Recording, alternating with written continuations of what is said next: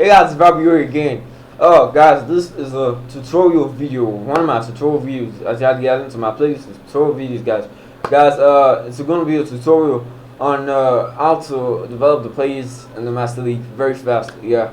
It's actually normal for players to develop in the Master League, but there are actually some ways we can go about it to improve the way players develop.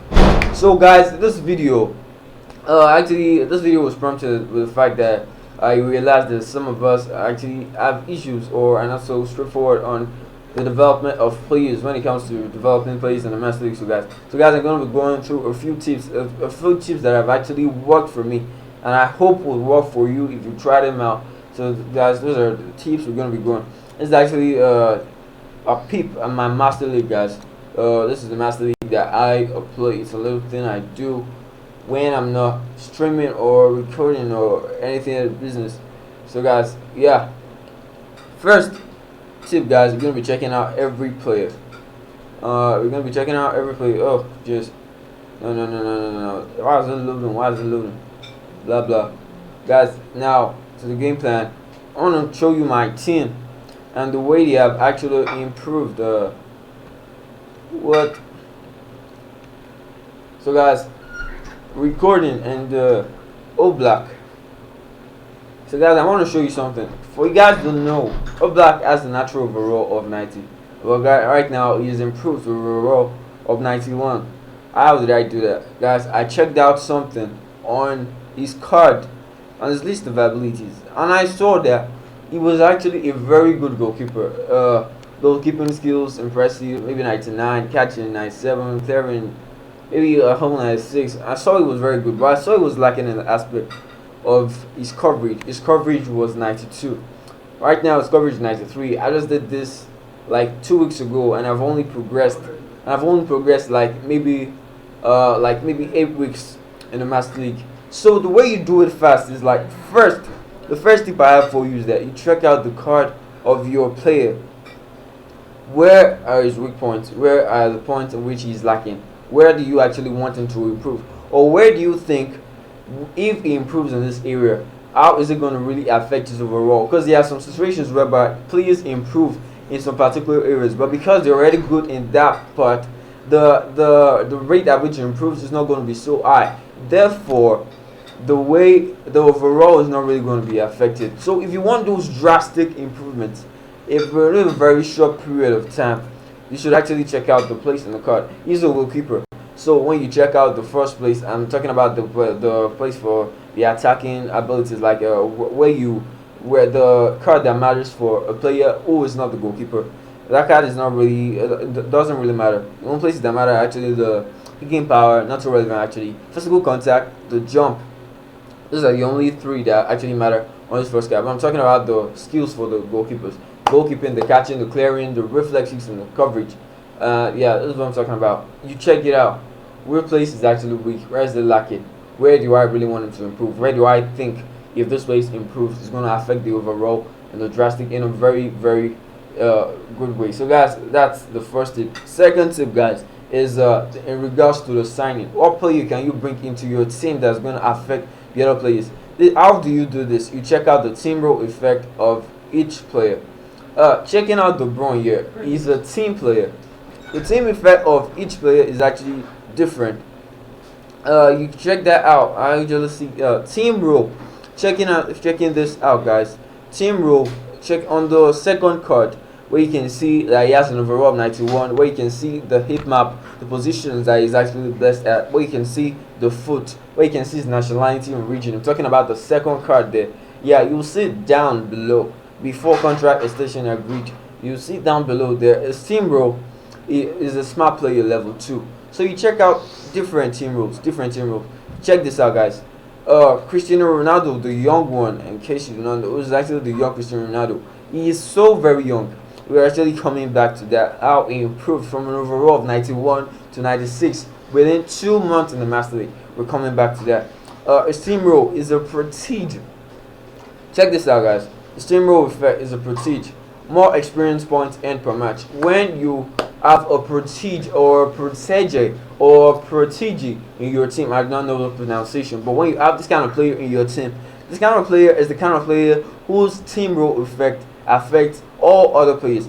We actually have other people, other players in the team that actually affect other players in regards to team role, but this guy affects other players in the sense that they earn more experience points. When they earn more experience points, it absolutely affects the overall. And apart from that, you master player skills faster. So in essence, the other players in the team and he himself are all developing. So that's very key. So when you have a protege, this is actually very simple. When you're trying to offer for negotiations, you could actually when you're trying to offer for negotiations. Let me give you an example. Let's check out my scout.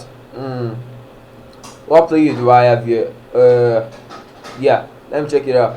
Check out his team role effect. Oh, sorry, team role effect is not actually here, but when you're looking for a player, you could actually put in your scout. Yeah, put in your scout. Okay, you want to scout a player, a particular player. You're looking for someone. When you're telling your scout the things to focus on, you could actually focus on overall rating, still developing, or utility players, blah blah blah blah blah. Assuming you go for a specific scout, someone like Bernardo Silva now. Let me check him out.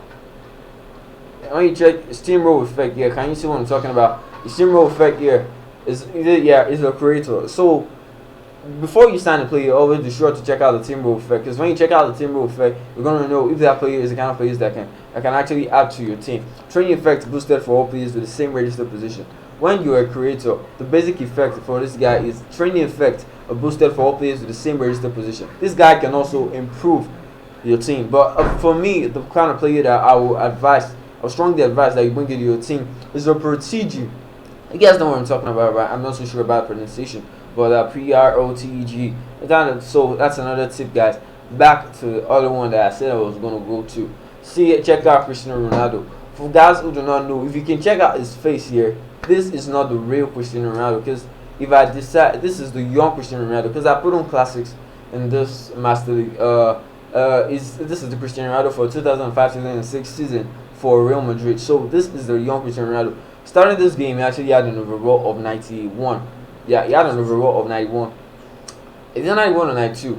Either way. But within 2 months, guys, he improved from an overall of 92 to 96. How did that happen? That is very rare. But because he has the young player effect, I actually call it the young player effect. It's an effect whereby you sign a young player into your team, and because it's the young player, that's how PES actually created the Master Leagues. Young players are bound to improve faster than the old players because it's normal for a player who is still developing. Check out his development progress on his other card there. Whether it's a left wing forward with an overall of 96, he can also play below his map, below his info, his comment, his development progress is still progressing. So when you're signing players into your team, you should always check it out. Are they in decline? Because there are 3 stages. There you're still progressing. The first stage you're still progressing. So the second stage is at peak level. Check out Mohamed Salah here. He's at peak level. Cristiano Ronaldo is still progressing. But check out Romario. Romario is in decline. Decline comes whereby you are already old. You're not at your full strength. You're not at your prime ages. Your abilities are actually coming into decline. So you're not at your full strength. You're not like you used to be when you were young, like maybe the 20s or the late 20s or the early.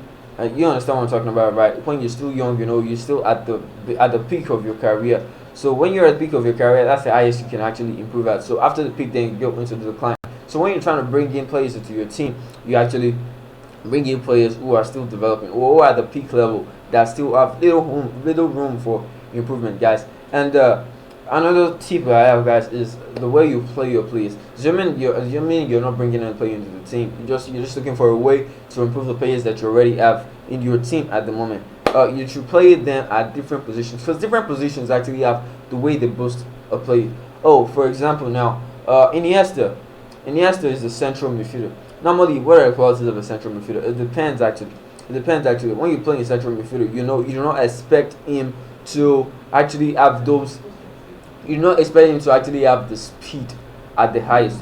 You don't expect him to actually have the speed at the highest. So, but check out the abilities, guys. It's ball control, it's low pass. You expect someone who's a midfielder to actually have that like classic number 10 ability to be able to organize the team both on the defense and at the attack. just distribute those passes. So he's a complete central midfielder. What I'm talking about is that, for example, when you play Iniesta in the kind of position, okay, maybe you're playing where De Bruyne actually normally plays. When you play him as an attacking midfielder, it means you're trying to tell him to get used to the fact that he's gonna be more attacking. He's gonna have an increment in his finishing ability. He's gonna have an increment in his speed. Yeah, because he's an attacker. Expect him to be fast. You expect him to be fast enough and agile enough to be able to create those chances because he's an attacking midfielder. So guys, when you play him in similar but different positions, similar in the sense that he's a midfielder, but different in the sense that he's a natural central midfielder, but he's playing as an attacking midfielder. So guys,